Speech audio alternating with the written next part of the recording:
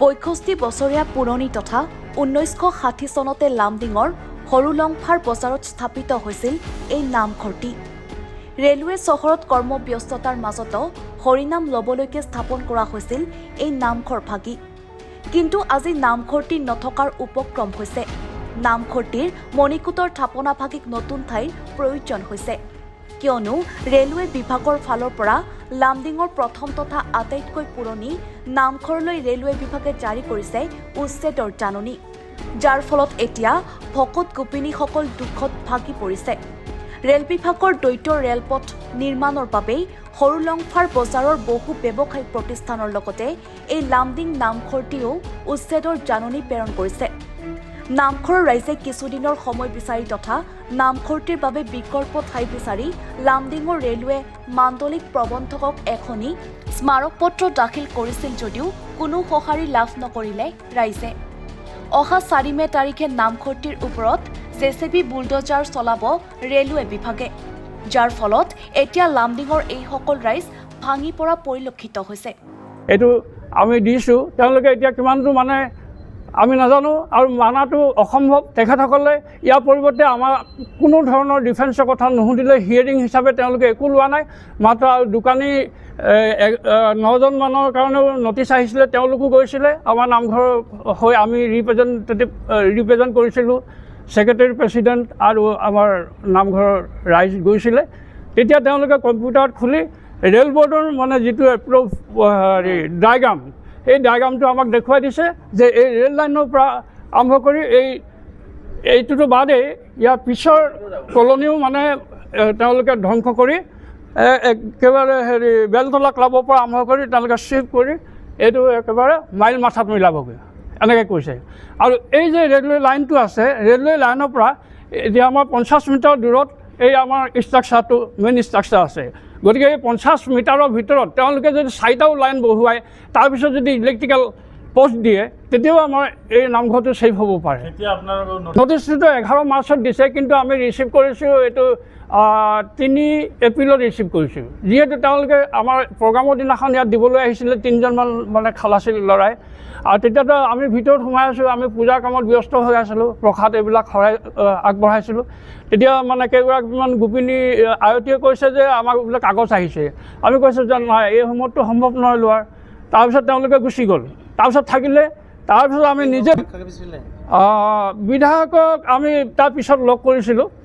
বিধায়কক লগ কৰি আমি এইটোৱে ক'লোঁ যে আপোনালোকে যদি পাৰে যে ষ্টেটৰ কোনোবা মাটি যদি ইয়াত এবাণ্ডন হৈ আছে, তেতিয়াহ'লে আমাক দয়া কৰি দিব লাগে।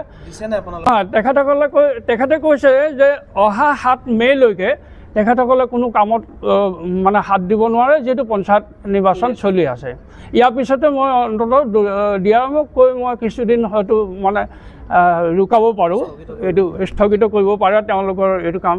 আৰু যিহেতু তেওঁলোকে কৈছে যে 8 তাৰিখে যিহেতু আমাক হিয়াৰিঙৰ কাৰণে মাতিছিলে, কৈছে 8 তাৰিখ দিনাখনে এই কাগজখনৰ ম্যাদটো উকলি গৈছে। তাৰমানে ফাৰ্ষ্ট যিখন লেটাৰ হৈছে ফৰ্ম এ, ইয়াৰ পিছতে এমাহৰ ভিতৰতে বি ফৰ্ম আহিব। বি ফৰ্ম অহাৰ লগে লগে এভিকশ্যন কৰিব, আৰু লগে লগে আমাক কৈছে আপোনালোকে এতিয়াৰ পৰা বস্তুবিলাক ট্ৰেন্সফাৰ কৰি শ্বিফ্ট কৰি থাকক। 1960 হৈছে, 1960 হৈছে। মাত্ৰ 25 আমাৰ অনুমান মানে, আৰু ৰাইজৰ পৰা আমি বিভিন্ন ভাষ্য লৈ বা বুঢ়া মেথা যিবিলাক আছিলে মৰি গৈছে এতিয়া, তেখেতসকলৰ পৰা আমি জানিব পাৰিছোঁ যে তেতিয়া অন্ততঃ এই এৰিয়াত 25-30 গৰাকী ৰেলৱে এমপ্লয়ী আছিলে, আৰু তেওঁলোক একেবাৰে মানে নিম্ন খাপৰ আছিলে, যেনেকৈ খালাচী বা ফিটাৰ তেনেকুৱা টাইপৰ আছিলে। গতিকে তেওঁলোকে নাজানে সেইটো সময়ত আহিছে, ডেকালৰা হৈ আছে, কোনোবাই হয়তো 2-এজনে বিয়া পাতিছে, আৰু সন্ধিয়া সময়ত ইয়াতে আড্ডা পিটি থাকে বা তেওঁলোকে লগ লাগে বা এনেকুৱা এটা অনুষ্ঠান কৰিবৰ কাৰণে তেওঁলোকে মানে দৃঢ় সংকল্পবদ্ধ হৈছে। আমি অকল মাননীয় মুখ্যমন্ত্ৰী হিচাপে বুলি নকওঁ, যে লামডিঙৰ ৰাইজ সকলোৱে হওক বা কোনো শহীদ লোক যদি আমাৰ আছে, তেওঁলোকে মাটি বাৰী যদি কিবা এটা বন্দোবস্ত কৰি দিব পাৰে বা কোনোবা যদি দানো দিব পাৰে, বা ইয়াৰ পিছৰ ভাঙি দিয়াৰ পিছত আমাক যিখিনি সহায়ৰ প্ৰয়োজন হ'ব, আজি আমাৰ এই বস্তুখিনি ট্ৰেন্সফাৰ শ্বিফ্টিং কৰোঁতেতো আমাক লাখ টকাৰ প্ৰয়োজন হ'ব।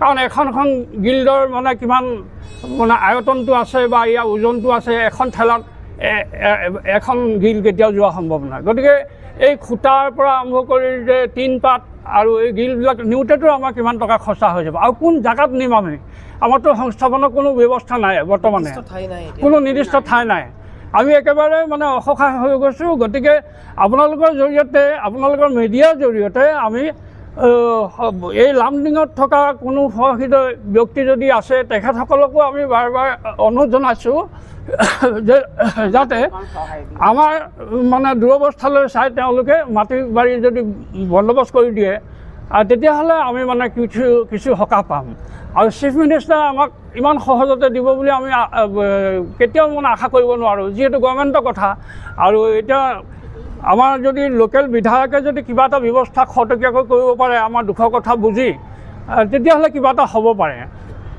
সেইখিনিয়ে কথা হ'ল আক্ষা প্ৰসাদ হাজৰিকা বৰ্তমান মানে ইয়াৰ ৱৰ্কিং কমিটিৰ মই সভাপতি আৰু তেওঁৰ সম্পাদক আছে মন্টু নায়ক আৰু এয়া আছে আমাৰ বয়োজ্যেষ্ঠ মহিলা উপদেষ্টা সমত বুলিয়ে নহয় গোটেই সদৌ নামঘৰ ৰাইজ গোপিনী যিমানসকল আছে সকলোৱে মিলি জুলি যিটো আমাৰ সভাপতিয়ে এতিয়া আপোনালোকক শুনালে সেই বিষয়ে যদি আপোনালোকৰ দ্বাৰাই বা আমাৰ এই MLAৰ দ্বাৰাই আমি যি অকণমান মাটি পাওঁ অকণমান সঁহাৰি পাওঁ বা ৰেলৰ পৰাও যদি অকণমান সঁহাৰি পাওঁ তেতিয়াহ'লেও আমি নামঘৰ ভাঙি নিয়াৰ কাৰণে ইচ্ছুক আছোঁ কিন্তু আমাৰ মাটি নাই বাৰী নাই কোনে দিব আমাক আজি আন এইবিলাকতো বাদৰ কথা এইবিলাক বস্তু বাদৰ কথা সেই আসনভাগী কোনে দিব সেই আসনভাগী য'ত থ'ম ত'ত নিত্য দিন পূজা হ'ব লাগিব হয়নে সেই আসনভাগী নি আমি ক'ত থ'ম সেইখন জেগাৰ যদি আমি সুবিধা নাপাওঁ তেতিয়াহ'লে আমি এই নামঘৰৰ পৰা কি পূজা কৰিলোঁ কি আমি সেৱা সকাম কৰিলোঁ আজি অতীজৰ পৰা অতি পুৰুষসকলে যে কাম কৰি তেওঁলোকতো গ'লগৈ এতিয়া বৰ্তমান থকাসকলেও ইমান শ্ৰদ্ধা ভক্তি কৰি যদি ঈশ্বৰক মানি থাকি তেওঁক যদি আজি এনেকৈ পেলাই দিবলগীয়া হয় কিমান দুখৰ বিষয় হ'ব সেইকাৰণে আমি এইটোৱেই বিচাৰোঁ যাতে মিডিয়াৰ জৰিয়তে তেওঁলোকক অকণমান যদি সহায় সহানুভূতি কৰে লগতে আমাৰ স্থায়ী যি MLA তেওঁ যদি অকণমান আমাক সহায় সহানুভূতি কৰিম অকণমান মাটিৰ ব্যৱস্থা কৰি দিয়ে আমি বহুত সুখী হ'ম বহুত 60 চনৰ পৰা আজি চোৱাচোন 65 বছৰটো এনেকৈয়ে চলি আছোঁ না পটককৈ ৰেলে উঠাই দিম বুলি ক'লে উঠাই দিম এইটো কোৱা হৈছে যে তেওঁলোকে কোনো ভৰণ পোষণ নিদিয়ে আৰু কোনো মানে সহযোগিতাও আগবঢ়াব মাটি